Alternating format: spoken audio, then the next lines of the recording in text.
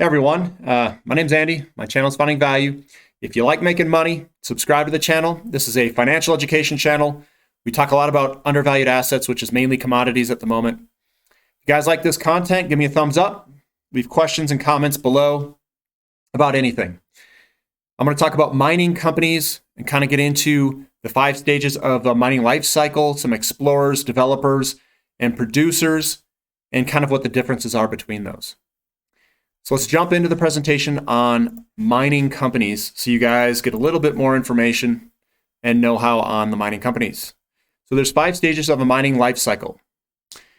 These include exploration, mine site design and planning, construction, production, and closure and reclamation. As investors, we lump mining companies into kind of 3 categories: explorers, developers, and producers. So that's what we look at. And when someone talks about an explorer or developer or producer, you're going to find out what those things are. So an explorer versus developer versus producer, I'm going to touch on each of these areas and what the differences are between them. I will then talk about my preferences for each and some of the companies I select for my portfolio for the next commodity bull market. So junior exploration companies. A junior company is a small company that is developing or seeking to develop a natural resource deposit or field.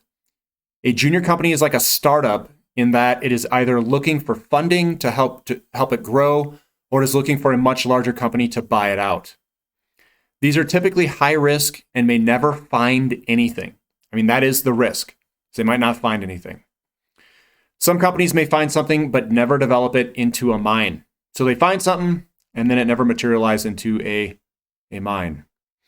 And I would say this is especially true of gold and silver mining explorers. So you have to be very careful on buying a whole bunch of exploration companies in the gold and silver area. And for development mining companies, this is a company who's found a deposit and is going to develop a mine out of that deposit. There's a construction period after deposit is found. Once the mine is constructed, it jumps into the producer category. So it goes from a development into a producer. Exploration can still occur on the company's properties even if they are developing a mine in a certain location. So obviously they can expand the resource or expand the mine or develop another mine if it's the same company. Production company, this is a company who has a producing mine and is selling products into the market. The company can still explore for more minerals. There's nothing saying that they can't. And the company can develop more mines either at the same rough location or in another part of the world. And they can diversify their holdings and hold them in many different countries or many regions within the same country, which we see quite often. The life cycle of a mineral discovery, I do want to touch this. I have 2 blue circles on here, and that's typically where I like to invest. I like to either go on the exploration phase or at the beginning, kind of at the end of a feasibility study, at the beginning of a development of a mine. So these 2 areas is where I like it. So we've got a junior exploration companies are typically the first on the ground, proving a geology concept with surface exploration.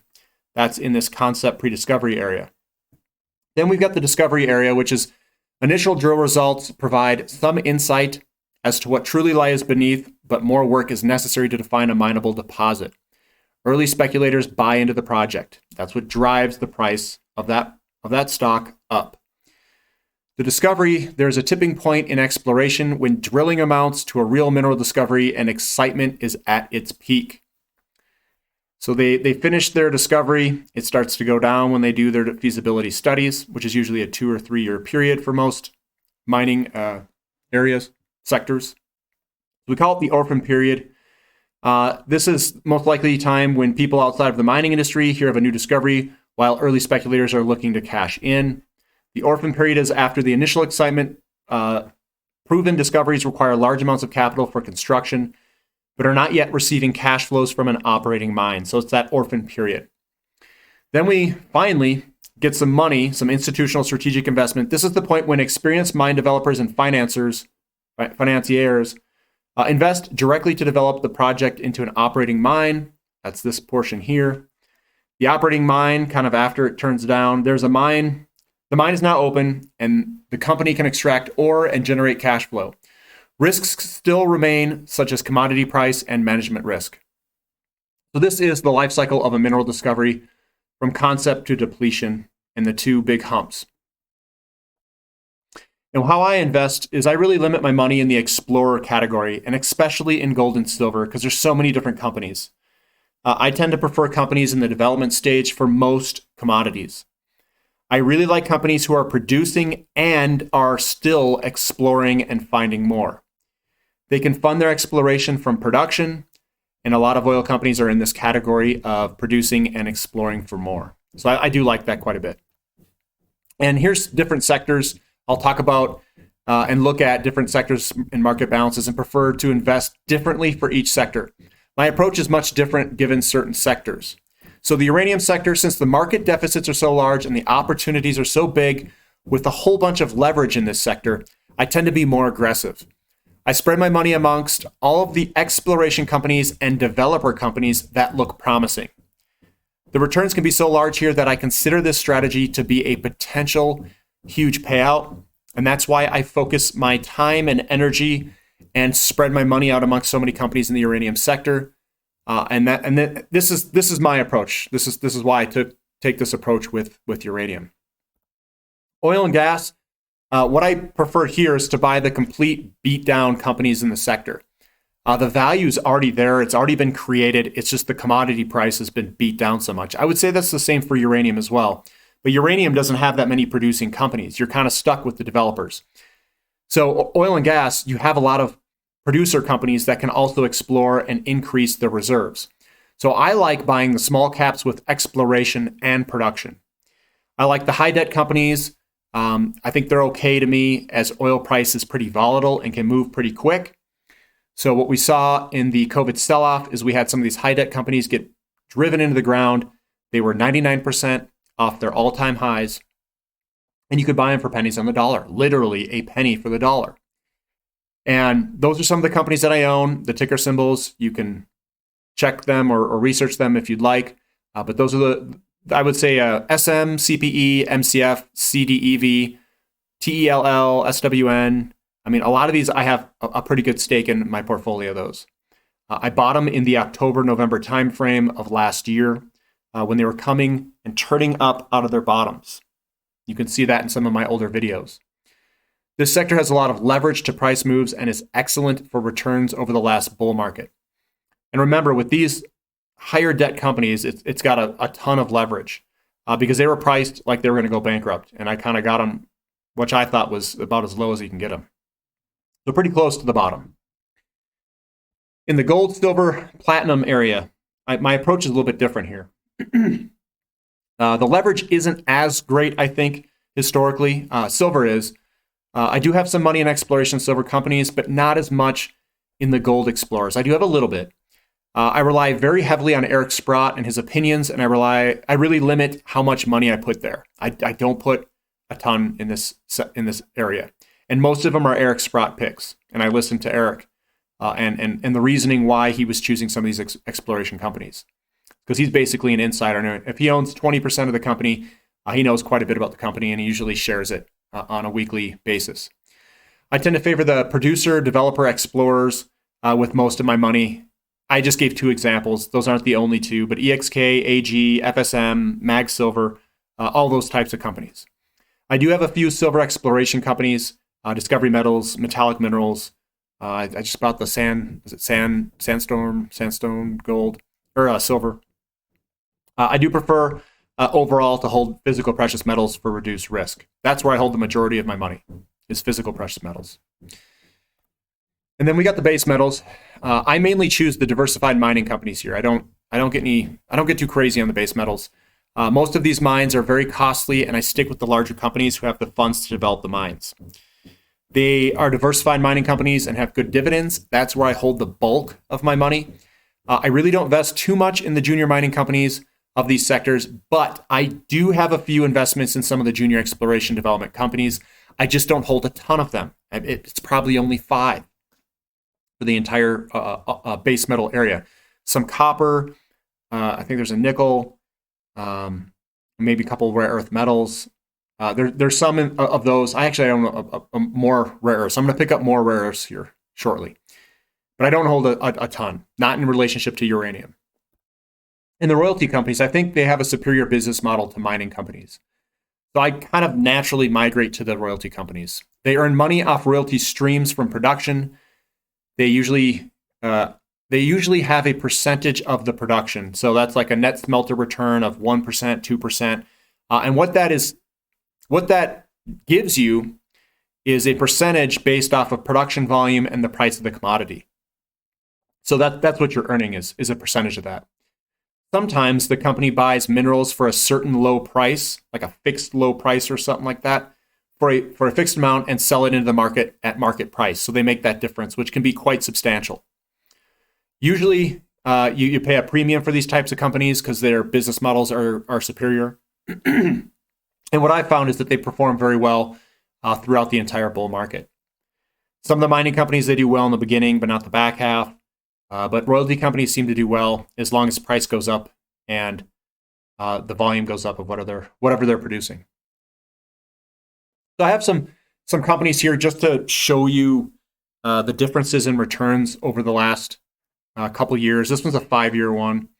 You can see that Wheaton Precious Metals in Franco-Nevada outperformed Anglo Gold Ashanti, these are all, I would say, very large companies. They're not small caps or anything like that. And you can see that the returns, 100, 150% for these guys, maybe 60, 70% or 50% for Anglo Gold Ashanti, somewhere in there. But you can notice that the gold line obviously goes down a lot more and is a lot more volatile versus these royalty companies they perform decently the entire time. So I like the royalty companies. This is Ely Gold Royalties. These are the smaller royalty companies, and I put in 2 explorers just for comparison's sake. Ely Gold's the dark blue line. We've got Discovery Metals, the light blue. Metallic Minerals is the orange, and Teuton Resources. And this is only over a year time frame. Teuton actually went all the way up over 1,000% in from March, almost 1,200% till August. March to August, 1,200%. So that thing was an absolute rocket ship. This is almost 600% for Metallic Minerals and Discovery Metals. And then Ely Gold went up maybe 200%, and that's kind of been going sideways. I do think these are going to do well going forward when the price of gold and silver move higher. This is North Shore Global Uranium Mining. I wanted to show you the comparison. That is the dark blue over the past year is the URNM, Uranium North Shore Global. And then I just chose some random ones. I chose Laramide, Sky Harbor, NextGen, and Fission, which all outperformed the North Shore Global Uranium Fund quite a bit. We're talking, this may be 150%, and these are up 200+%. So that's a big difference. So doing a little bit of work is going to return you quite a bit more than the fund will. And here's some other ones that I just want to show. I'm showing some Energy Fuels, Bannerman Resources, Deep Yellow, and Encore Energy. Encore over the past year is up 800-900%. And then these guys are all up, I don't know, maybe 300% or so over the past year. So these are all returning over double Uranium North Shore Global Index. Now here's another one. This one's the North Shore Global's the dark orange. We've got Camco, which is not performing up to North Shore Global Index. Then I put in Goviax Uranium, Global Atomic, and then the purple's ISO Energy, which is an exploration company. And I own all these.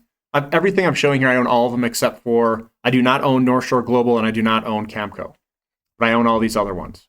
And I'm just trying to show you and give you an idea of what the relative performance is over the past year of choosing individual companies versus an ETF or something like that. These are the diversified mining companies. These are the returns of it. BHP, Rio Tinto, Norilsk, Nickel, Southern Copper, and South 32. These are my diversified mining companies that I purchased. And they're all up. Here's 100% return. They don't return as much. They do pay dividends, but they're pretty stable and they're pretty good to start a base of a portfolio on. Norilsk, I think, is actually a pretty good one to pick up. It's kind of been lagging. They had a little accident here recently. But these are all kind of large money, big dividend, large diversified mining companies.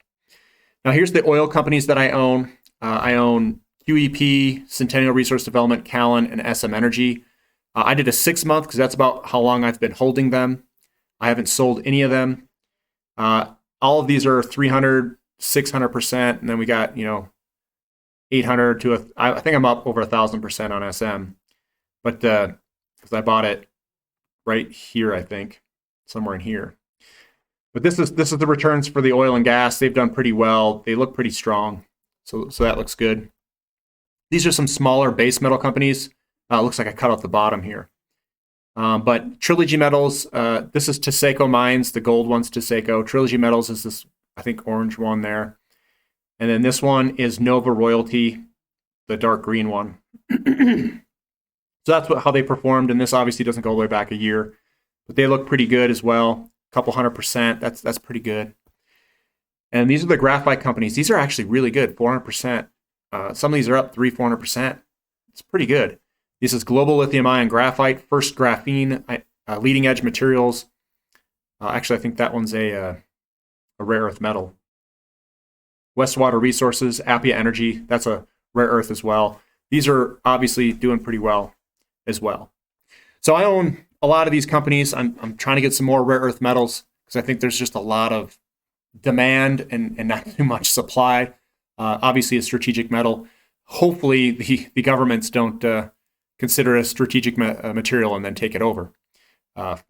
Fingers crossed. But I think all those sectors are very good. The returns have been pretty well. Get these things when they're down and they pull back, cost average in, and then just hold on. I haven't sold any of these. I've purchased them, haven't sold a single one. I just sit in them, let it go. I'm going to ride this thing for the entire bull market. Those are a lot of the companies that I hold. So you know what I hold, the majority of them. I obviously have some more than this. It's not my entire portfolio, but there is quite a few that I own right here that you can see and you can do some research on and the different sectors. Thanks you guys for listening. If you guys aren't subscribed, please subscribe to the channel. Give me a thumbs up. And thank you for listening. This is Finding Value.